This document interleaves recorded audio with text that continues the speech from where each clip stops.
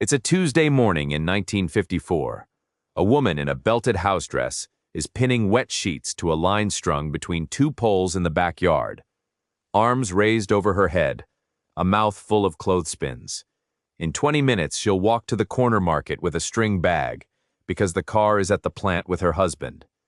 She'll carry the groceries home herself. By the time she starts dinner, she has already moved her body more than most of us will move all week. Nobody called this exercise.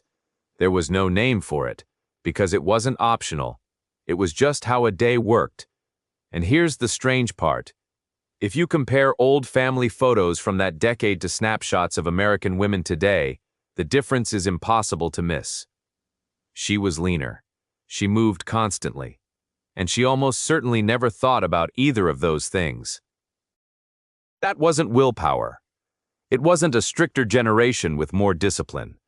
It was a world built in a way that kept the body busy without asking permission.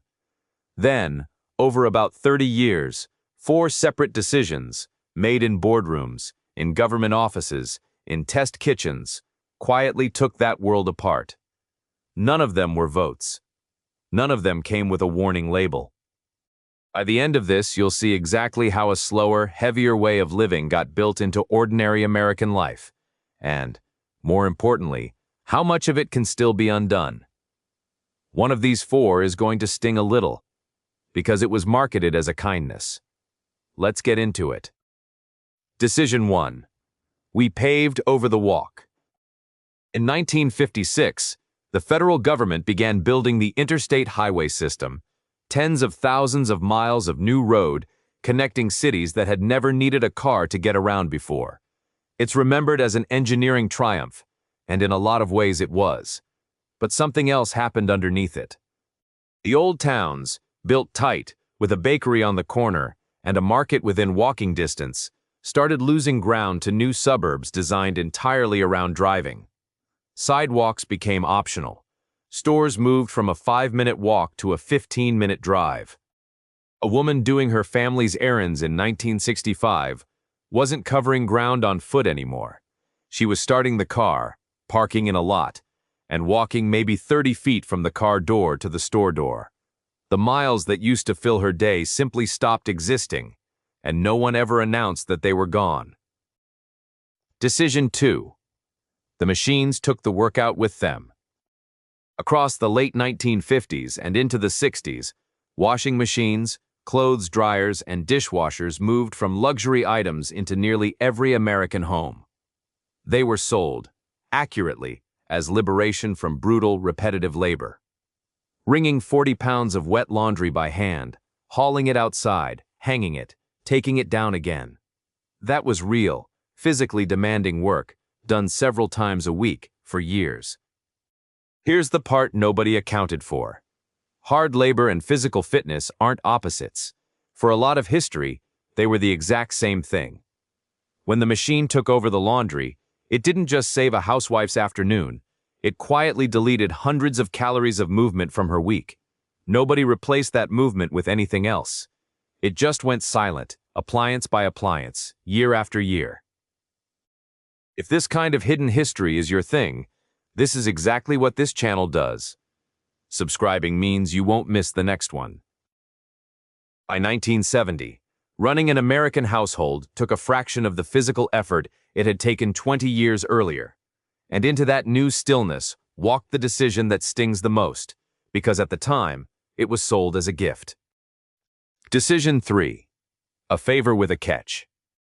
In 1954, Swanson rolled out the frozen TV dinner, foil tray, 3 little compartments, 25 minutes in the oven, and it sold out almost immediately.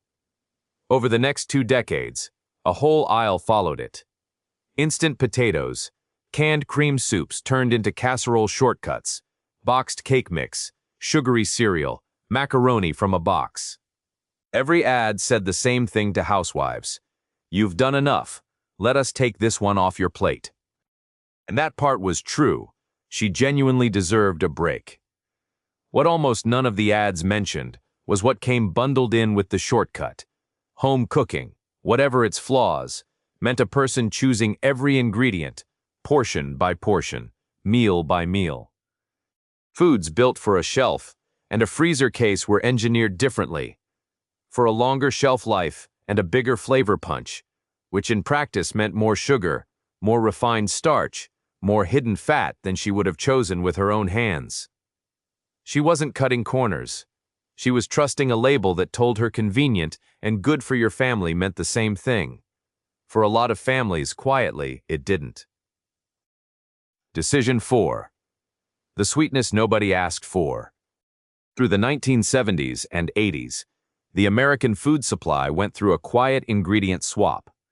A cheap, shelf-stable sweetener, high-fructose corn syrup, started showing up in things that had never been sweet before. Bread, salad dressing, ketchup, canned vegetables. At almost the same time, low-fat eating became official national advice, and food companies responded by stripping fat out of products and pouring sugar and refined starch back in to keep the taste up. It was marketed sincerely as the healthier choice. In practice, it meant the average American plate carried far more added sugar than it had in 1955, hidden inside foods that didn't even register as sweet. So there's the shape of it. The highway took her walking. The machines took her housework. The convenience foods quietly changed what she ate, and the sugar slid in underneath all of it, unnoticed, into almost everything on the shelf. None of it happened because women changed. It happened because the world around her got rebuilt, one reasonable-sounding decision at a time, while she was busy raising a family and trusting the people telling her it would make her life easier. There's a group of American women today who somehow missed nearly all 4 decisions. In old-order Amish and Mennonite communities in places like Pennsylvania and Indiana, laundry is still hung on a line, groceries are still reached on foot or by buggy, and dinner is still built from scratch, not as a lifestyle choice, but because that's simply how the day is structured. Studies on these communities have found obesity rates dramatically below the national average, with nobody counting calories or following a program. They're not doing anything special. They're just still living, physically, in something close to 1955. That's the proof, really. Remove the 4 decisions, and you get most of what American women used to have without ever trying for it. So here's what all of this actually means. The housewife of 1955 wasn't more disciplined than the woman of today, and she wasn't following some secret regimen nobody's told you about. She was living inside a world that, mostly by accident, kept her body moving and her plate simple. Then, slowly, one convenience at a time, that world got traded for a different one, and nobody ever asked if the trade was worth it. Here's the good news, and it's a real one. None of this is locked in place. The walk to the store still exists. It's just a little farther now, and it has to be chosen on purpose instead of happening by default. Scratch-cooked dinner is still entirely possible, because the real ingredients never left the shelf. They're just standing next to the shortcuts now instead of being the only option. The small physical tasks that used to add up without anyone noticing, folding, carrying, hanging, can still be built back into an ordinary day, a little at a time, on purpose. Nobody's asking you to get rid of your dishwasher or hang laundry on a line during a workday.